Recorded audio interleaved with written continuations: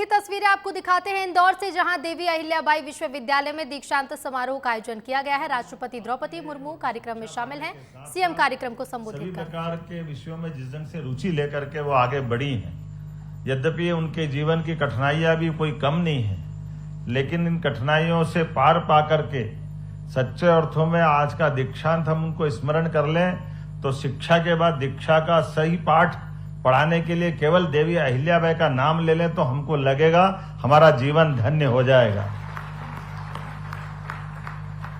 किताबी ज्ञान से आगे बढ़ के व्यवहारिक जीवन में आने वाली कठिनाइयों के उथल पुथल के दौर में हिमालय की ऊंची चोटी एवरेस्ट से भी ऊंचा मनोबल लेकर जिस ढंग से उन्होंने जीवन जिया है, वो उदात्त जीवन हम सबके लिए सदैव प्रेरणा का पुंज बनकर निखरता रहेगा।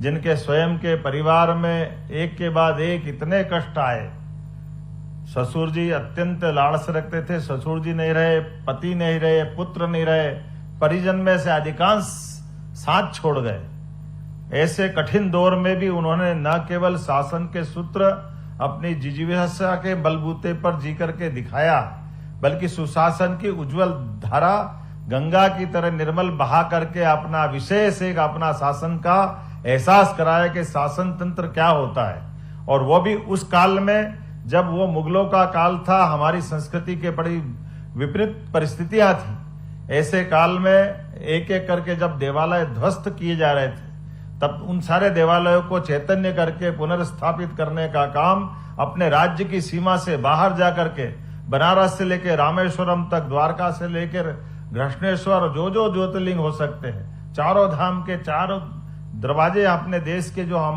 मोटे तौर पर अपनी चतुर सीमाओं से जिनको आंकते हैं, सारे स्थानों पर जो शासन की मूल भावना होती है, भिक्षुग्रह भूखा कहीं भी रहे, ये शिक्षा का कितना बेहतर पाठ हो सकता है। भिक्षु कोई होना ही नहीं चाहिए, तो अपने राज्य की सीमा से बाहर जाकर के भी भिक्षुग्रह, चाहे बनारस हो चाहे द्वारका हो, इसी प्रकार से अन्न क्षेत्र की स्थापना करना, पीने के पानी की कुएं की व्यवस्था करना, स्नान के लिए घाट बनाना, महिलाओं के स्नान के लिए अलग से घाट बनाना, जो जिस रूप में आगे बढ़ना चाहे उसको अवसर उपलब्ध कराना।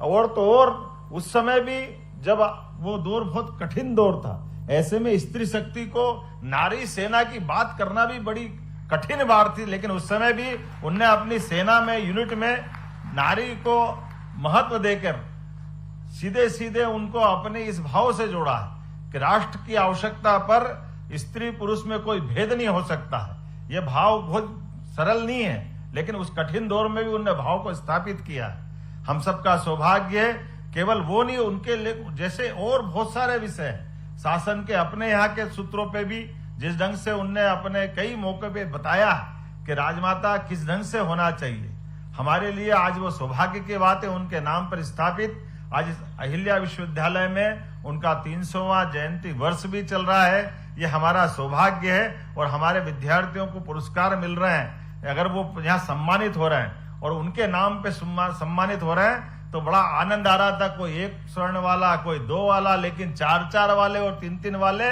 आज का ये दिन तो वाकई अद्भुत छठा बिखेर रहा है। कितना अच्छा लगता है, कोई एक विषय हो, 2 हो, 3 हो, 4 हो।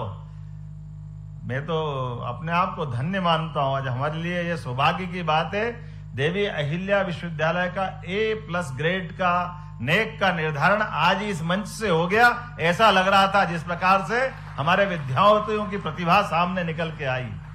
मैं सौभाग्यशाली हूं, आज के हमारे कार्यक्रम की मुख्य अतिथि भी कमोबेश उस कठिन दौर से ही निकल के आई, जो माननीय महामहिम राष्ट्रपति के नाते से हम जानते हैं आज। लेकिन आपने भी अपने जीवन के उन कठिन क्षणों से जी करके, शिक्षा की कठिनाइयों के बाद भी आपने शिक्षा के लिए पूरी शिक्षा पाई और जीवन के तमाम झंझावातों से, सभी प्रकारों से संघर्ष करते हुए मैं मान के चलता हूं आपका जीवन भी धन्य है। आपने किस प्रकार से अपने जीवन की तमाम लड़ाइयां लड़ते हुए बाकी को प्रेरणा देने के लिए आज हमारे बीच में गौरवान्वित कर रही हैं इस पद को। और माननीय महामहिम के नाते, राष्ट्रपति के नाते से दुनिया के सबसे बड़े लोकतंत्र को गौरवान्वित कर रही हैं। न केवल एक क्षेत्र में बल्कि और महत्व का मामला। आपने तो शिक्षा के क्षेत्र से अपनी यात्रा प्रारंभ की। आपको प्रणाम करता हूं, आपका अभिनंदन करता हूं। हमको लगा कि आज का दीक्षांत हमारा अपने अतिथि के आने से धन्य हुआ है। मैं आज के इस अवसर पर हमारे अपने महामहिम को भी स्मरण करना चाहूंगा। हमारे महामहिम राज्यपाल जी, मैं जब शिक्षा मंत्री था तब भी ऐसे सभी मामलों में लगातार वो कदम से कदम मिला करके हमको समर्थन करते थे। यही कारण है कि भारत में सबसे पहले अगर शिक्षा नीति लागू करने का मौका मिला तो मध्य प्रदेश को मिला। मुझे इस बात की प्रसन्नता, मैं आपका भी आभार मानता हूं, आपको भी धन्यवाद देता हूं। मंत्रिमंडल के माननीय सभी सदस्यों के मदद से जिस प्रकार से हमारी सरकार एक के बाद एक अच्छे कामों को करती जा रही है, जब से सरकार का गठन हुआ है हमने कोशिश की है कि जीवन के सब क्षेत्रों में मध्य प्रदेश की प्रगति समान रूप से हो।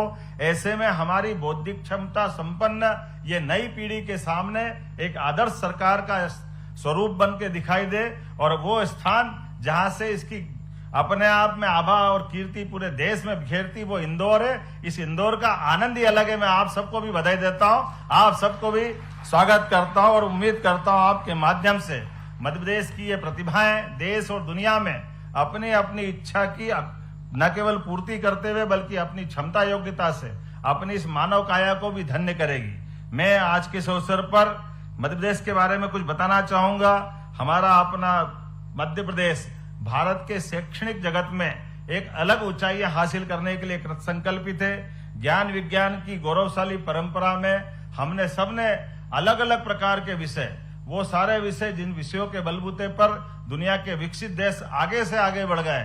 यशस्वी प्रधानमंत्री के नेतृत्व में मध्य प्रदेश भी कदम से कदम मिलाने के लिए तैयार है। माननीय नरेंद्र मोदी जी का मैं अभिनंदन करता हूं, स्वागत करता हूं, उनको स्मरण भी करता हूं, जिनके माध्यम से हमारे अपने प्रदेश की सारी संपदा, बौद्धिक संपदा से लेकर के सारी व्यवस्थाओं में केंद्र सरकार कदम से कदम मिलाकर लगातार हमारे लिए, हमारे सारे संकल्पों की पूर्ति के लिए लगातार आशीर्वाद दे रही है। आज के इस अवसर पर मैं एक बार फिर सभी डिग्री प्राप्त करने वाले स्नातक और स्नातकोत्तर और साथ ही साथ अपने बीच में पीएचडी धारक सारे मित्रों को बधाई देना चाहूंगा। सच्चे अर्थों में आज आपके बीच में आकर के मुझे आनंद से इस बात का एहसास हो रहा है कि हमारी आने वाली पीढ़ी, इस पीढ़ी के लिए मैं गौरव से कह सकता हूं कि हमारा मध्य प्रदेश का भविष्य निश्चित रूप से स्वर्णमय है। मैं शुभकामना देता हूं सभी को और आपके जीवन में भी आज के बाद सच्चे अर्थों में अभी आपने दीक्षांत के दरमियान महामहिम से जो अलग अलग प्रकार के संकल्प में अपने आप की स्वीकृति दी है, मैं मान के चलता हूं कि किताबी ज्ञान के बाद व्यवहारिक जीवन का सच्चे अर्थों में जो अब ये शिक्षा चालू होगी, ये शिक्षा आपको भी और देश और प्रदेश को भी फलीभूत हो, इस अपेक्षा के साथ पुनः आप सबका वंदन करता हूं, अभिनंदन करता हूं। बहुत बहुत धन्यवाद। भारत माता की जय।